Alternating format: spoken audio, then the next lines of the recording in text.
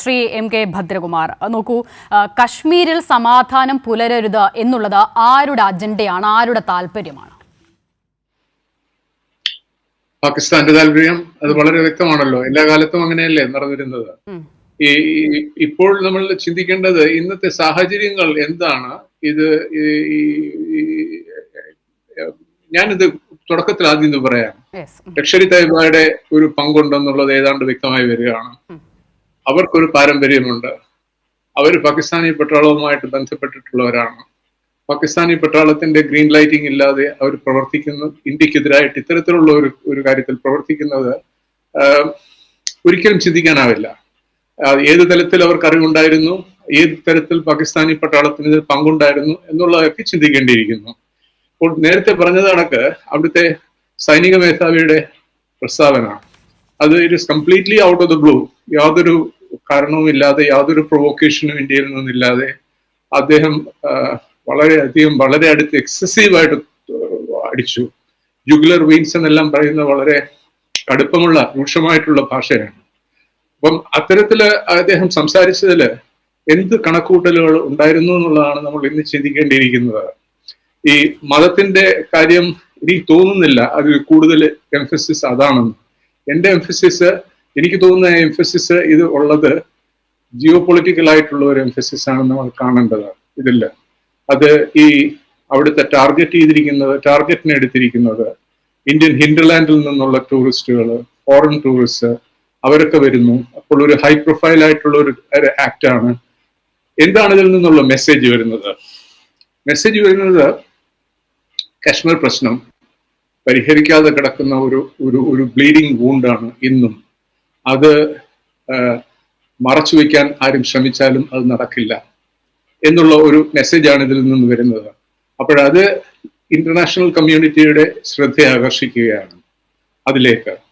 അപ്പോൾ അത് അമേരിക്കയുമായിട്ടുള്ള ഇന്ത്യയുടെ ബന്ധം വളരെ നല്ലൊരു തോതിൽ പോകുന്നു. ഇന്ത്യയുടെ സാമ്പത്തിക പുരോഗതി വളരെ അപ്രീഷ്യബിൾ ആയിട്ട് പോകുന്നു. ഇന്ന് മേജർ ഇക്കോണമീസിലെ ഏറ്റവും വലിയ ഗ്രോത്ത് റേറ്റ് രജിസ്റ്റർ ചെയ്യുന്ന ഒരു രാജ്യം ഇന്ത്യയാണ്.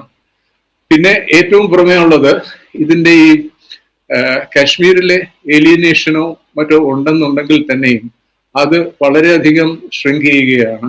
ഇപ്പോൾ ഈ തെരഞ്ഞെടുപ്പ് കഴിഞ്ഞിട്ട് ഒരു റിപ്രസെന്റേറ്റീവ് ഗവൺമെന്റ് അവിടെ വന്നു കഴിഞ്ഞു. ആർട്ടിക്കിൾ 370 ചുറ്റിപ്പറ്റിയുള്ള കോൺട്രവേഴ്സികൾ ഏതാണ്ട് അത് ഒരു അംഗീകാരം കിട്ടുന്നെന്ന് ഞാൻ പറയുന്നില്ല. എന്നിരുന്നാൽ തന്നെയും അതിനെ ആക്സെപ്റ്റ് ചെയ്തോ റിയലിസ്റ്റിക് ആയിട്ട്, പ്രാഗ്മാറ്റിക് ആയിട്ട് അതിനെ കൈകാര്യം ചെയ്യാനുള്ള ഒരു സന്നദ്ധത കാശ്മീരിലെ ഇലക്ടറേറ്റ് കാണിച്ചു. അത് ബോട്ടം ലൈനാണ്. തീർച്ചയായിട്ടും അത് നടന്നിട്ടുണ്ട്. പിന്നെ പറയുന്നത് ഈ ടൂറിസവും ഇതുമൊക്കെ വന്നു കഴിയുകയാണെങ്കിൽ അവിടുത്തെ ഇക്കോണമി വളരെ വളരെ നല്ല തോതിലാകും. അതിനാൽ നല്ല തോതിലാകുമ്പോഴത്തേക്ക് അത് കാശ്മീരിന്റെ ഇന്റഗ്രേഷൻ അത് വളരെ സഹായിക്കും. അപ്പോൾ എന്താണ് ഇതിനെല്ലാം ചുരുക്കത്തിൽ എടുക്കുന്ന സമയത്ത് അമേരിക്കയുമായിട്ടുള്ള ഇന്ത്യയുടെ ബന്ധം എടുക്കുകയാണെങ്കിൽ തന്നെ ഇപ്പോൾ വാൻസ് ഇവിടെ ഇന്ത്യയിലുണ്ട്. ആ സമയത്താണ് ഇത് നടന്നത്. എടുക്കുന്ന സമയത്ത് ഈ ഇന്ത്യ പാകിസ്ഥാന്റെ യാതൊരു സഹായവും തേടാതെ, പാകിസ്ഥാനോട് ഒരു അഭ്യർത്ഥനയും ഇല്ലാതെ പാകിസ്ഥാനെ സൈഡ് സ്റ്റെപ്പ് ചെയ്തിട്ട് ഈ കാശ്മീർ പ്രശ്നത്തിന് ഒരു പരിഹാരം കണ്ടെത്തിയിരിക്കുന്നു. അത് മുന്നോട്ട് പോവുകയാണെങ്കിൽ അധികം കാലം ഈ നാണയം വെച്ച് കളിക്കാൻ പറ്റില്ല എന്നുള്ള ഒരു ഭീതി അവരുടെ മനസ്സിലുണ്ട് പാകിസ്ഥാന്.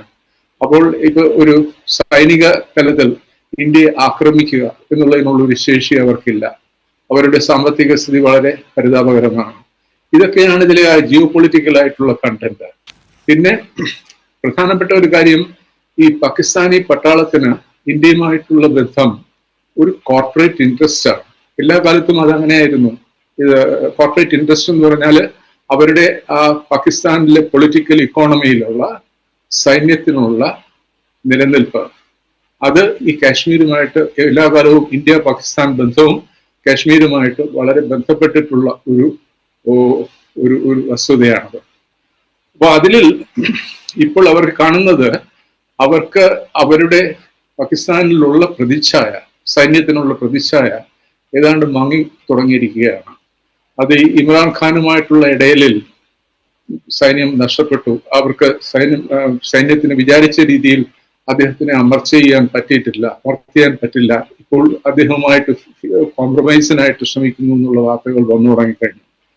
അപ്പോൾ അവിടെ ഒരു അതേസമയം അദ്ദേഹത്തിന്റെ ഭാഗത്തു നിന്നുള്ള നിലപാട് സൈന്യം ആയിട്ട് തീർച്ചയായിട്ടും ഒരു വിധത്തിലും ഒരു കോംപ്രമൈസിന് അദ്ദേഹത്തിന് സന്നദ്ധതയില്ലെന്നാണ് അദ്ദേഹം ഇന്ന് വരെ പറഞ്ഞുകൊണ്ടിരിക്കുന്നത്.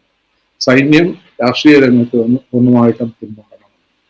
അപ്പോൾ അവിടെ ഒരു ഫണ്ടമെന്റൽ ആയിട്ടുള്ള ഒരു ഷിഫ്റ്റിനാണ് ഇമ്രാൻഖാൻ ഡിമാൻഡ് ചെയ്യുന്നത്. അങ്ങനത്തെ ഒരു പൊളിറ്റിക്കൽ സ്റ്റേൽമേറ്റ് അവിടെ വന്നുകൂടിയിരിക്കുകയാണ്. അപ്പൊ അത് കാരണം അവർക്ക് ഇത്തരത്തിലുള്ള സാഹചര്യങ്ങൾ അവിടെ വരുമ്പോൾ, പാകിസ്ഥാനിലെ ആഭ്യന്തര രംഗത്ത് ഉണ്ടാവുമ്പോൾ ശ്രദ്ധ തിരിക്കുന്നതിന് വേണ്ടി അവർ ചെയ്യുന്ന ഒരു മാർഗം ഇതാണ് ഒരു രണ്ടാമത്തെ ഘടകം. മൂന്നാമത്തത് ഈ ജിയോ പൊളിറ്റിക്കലായിട്ട് വരുന്ന സമയത്ത് നമ്മൾ കണക്കിലെടുക്കേണ്ടത് ഈ വാസ്തവത്തിൽ ഈ അഫ്ഗാനിസ്ഥാൻ പ്രശ്നം ഇന്ത്യ പാകിസ്ഥാൻ ബന്ധത്തിലെ ഒരു ഘടകമായിട്ട് മാറി. റിഗ്രറ്റബിൾ ആണ്, അതിന്റെ ഒരു കാരണവുമില്ല, അങ്ങനെ ആകേണ്ടതായിട്ട് കാരണവുമില്ല, പക്ഷെ ആയി. ഏതാണ്ട് ഒരു 8-10 വർഷക്കാലം ഈ അമേരിക്ക അവിടെ യുദ്ധം ചെയ്യുന്ന കാലം ആയപ്പോഴേക്ക് ഈ 8-10 വർഷക്കാലം ഇതൊരു വലിയൊരു ഘടകമായിട്ട് മാറി. പക്ഷെ അവിടെ നിന്ന് അമേരിക്ക പിൻവാങ്ങിയതിന് ശേഷവും താലിബാൻ ഭരണകൂടത്തിൽ വന്നു കഴിഞ്ഞതിന് ശേഷവും പിന്നെ അത്തരത്തിലുള്ള ഒരു സീറോസം മൈൻഡ് സെറ്റ് അത് വേണമെന്നില്ലായിരുന്നു അവിടെ. പക്ഷെ അതിൽ കടന്നുകൂടിയത് പാകിസ്ഥാനും താലിബാനും തമ്മിലുള്ള ബന്ധം. ഞങ്ങൾ ചുരുക്കം ചില ആളുകൾ ഇത് പ്രവചിച്ചിരുന്നു, ഇത്തരത്തിലുള്ള ഒരു കാര്യം നടക്കാൻ അവിടെ സാധ്യതയുണ്ടെന്ന്. അതുകൊണ്ട് ഇന്ത്യ താലിബാനുമായിട്ട് സംസാരിക്കണമെന്ന് ഞാൻ എല്ലാ കാലവും പറഞ്ഞിട്ടുള്ളതാണ്. പക്ഷെ അതിൽ പ്രധാനപ്പെട്ട കാര്യം ഇപ്പോൾ ഇത് വന്നിരിക്കുന്നത് പാകിസ്ഥാനും താലിബാനും തമ്മിലുള്ള ബന്ധം വളരെ മോശമായിരിക്കുകയാണ്.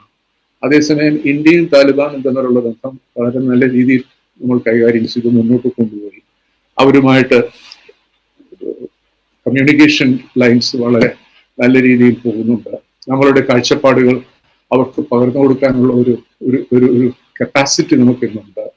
അപ്പൊ ഇതൊക്കെ എടുക്കുന്ന സമയത്ത് സംശയങ്ങൾ ഉദിച്ചിട്ടുണ്ട് പാകിസ്ഥാനിന്റെ മനസ്സിൽ.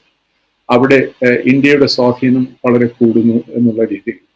അപ്പോൾ അത് ഒരു പ്രത്യേക തരത്തിലുള്ള ഒരു അന്തരീക്ഷത്തിലാണ് ഇതൊക്കെ നടക്കുന്നത്. അവർക്ക് പാകിസ്ഥാന് ബലൂചിസ്ഥാനിൽ വലിയ പ്രശ്നമുണ്ട്.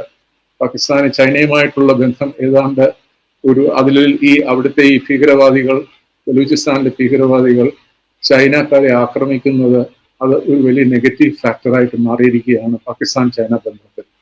അപ്പോൾ ഇത്തരത്തിലുള്ള കാര്യങ്ങൾ വന്നതുകൊണ്ട് അവർക്കൊരു ഭീതി തുടങ്ങിയിട്ടുണ്ട്.